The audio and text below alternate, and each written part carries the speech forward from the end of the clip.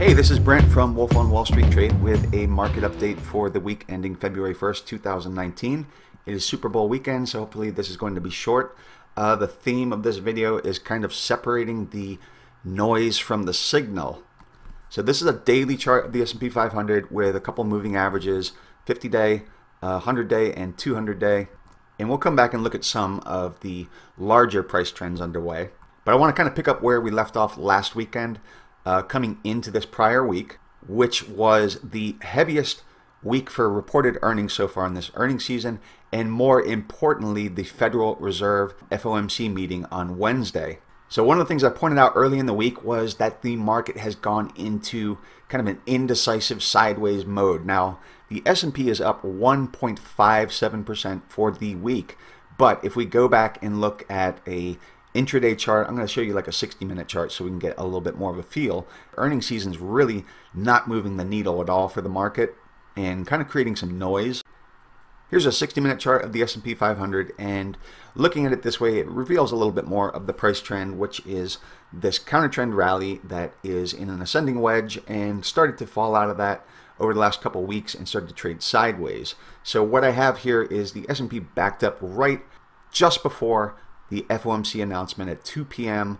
on this past Wednesday. And zooming in, and there it is right there. So right on that announcement. And if we measure that move from Wednesday at 2 p.m. to Thursday morning, what I would call a knee-jerk reaction, what we get is a move of about 1.8%.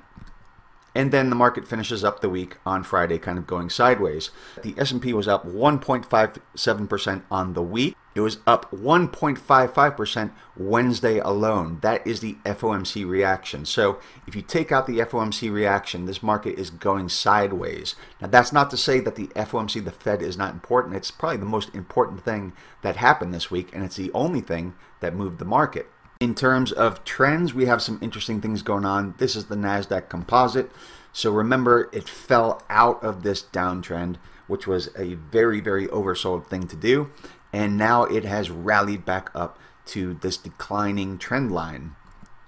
And if we look at the Dow Jones, it's coming up to some interesting potential levels of resistance. Here's the trend for the Dow 30, the industrials. And what you'll notice, I can fudge this trend line a little bit, but it's generally coming up to this downtrend. Now, I didn't call that resistance yet. That remains to be seen. But there's a lot of other things going on in this area too. I'm going to put on some moving averages and show you. Here are the moving averages. Up here, yellow, that is the 50-day simple. Blue, that is the 200-day simple. And then white over here, which is the 100-day simple. It is coming up to this trend line, right? This downtrend line. And it also is converging at this 25,000 level, which is a big round or whole number, which often can be like a psychological level. And it's also converging with the 100-day and 200-day moving averages right here, with the 50-day below here as support. And I think probably it's reasonable to assume that this is going to be tested sooner than later. And here's that Nasdaq Composite again doing the same thing and finding, well, I'm not going to say finding resistance at, but it is at that 100-day moving average and that downtrend line. So I like this as far as a short setup strategically. Now, tactically, timing, that is what I have had an issue with for the past couple of weeks and have been trying to stay really patient as we go through a lot of noise and not a lot of signal. There were a couple interesting things that did happen this week, and we'll go to those. Remember, I thought volatility was going to probably test down to its 200-day moving average.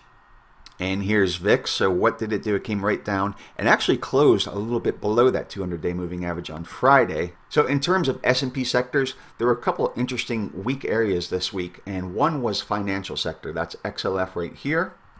And if we look at kind of the more sensitive side of that, the regional banks, they've rallied really good with the market. They've led it, and then they fell out of this channel this week, and I kind of expect maybe a back test of this channel. And a couple other areas that were weak were consumer discretionary and retail. It hasn't broken out like the S&P here, and it's kind of in danger of what may be a failed breakout. Here's a 60-minute chart of Amazon. So it rallied off the December lows like everything else and has been going sideways. Now here was optimism ahead of earnings started to rally, and here's earnings. So if Amazon breaks below the 1600 level, then the market's going to have trouble, and that trouble is going to be reflected in consumer discretionary sector, which is XLY, or retail, which is XRT. Here's another way I can demonstrate this relative weakness between the S&P and the retail sector. So here's the S&P chart. It's a 60-minute chart. You can see the time frame up here hourly. And I'm going to add XRT, or the retail sector. Okay, so here we go, adding it. It's here in blue. So what's going on this past week is the S&P is up on the FOMC right here, breaking out of this little range. And then what is the retail sector doing here in blue? You can zoom in a little bit closer. It's not making that higher high. It's not following higher.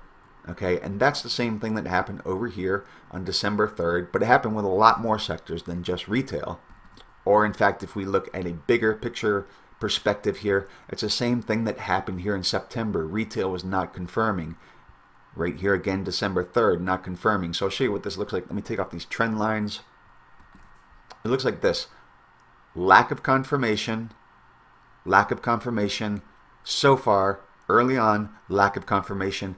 Now, again, it may be earnings noise. It may be related to Amazon. And that's why, you know, it's something you want to keep an eye on. It's not just that sector, though. The material sector and financials specifically. Now, to wrap this video up, I am going to touch on what I think was the most important development of the week. Now, keep in mind, I always warn that there tends to be a knee-jerk reaction around the Fed, around the FOMC. So here's that knee-jerk reaction here, and sometimes within a couple of days, the market, you know, got what it wanted, and then it thinks about, well, what actually happened? Why did Powell go from hawkish at the December meeting to ultra dovish, or a big U-turn at the January meeting in just 6 weeks? What changed so much? So here is the 10-year yield overlaid in white, and this is what I've been talking about for weeks, right? Because Powell went dovish here on January 4th, yields that moved opposite of Treasury prices moved higher, right? Treasuries pulled back. We were looking for TLT to pull back to 119.75. It did that. Then Treasury yields started to make a lower high over here, and the market moved sideways. So here's Powell Wednesday. Here is the Fed, and this is what Treasury yields did. They collapsed. Maybe this is just a knee-jerk like this, but at this point, the Treasury market is questioning and it is disagreeing with what the stock market is doing. And this is what I've been saying to watch for the last few weeks. Treasuries are seeing relative strength. That's why yields are dipping here. And if we look back at where this has happened before, right here into early December when the whole market was looking for that G20 trade deal negotiation, and then yields led the market lower. And now we're seeing them diverge right here. So this is what Treasury yields are doing as stocks are doing this.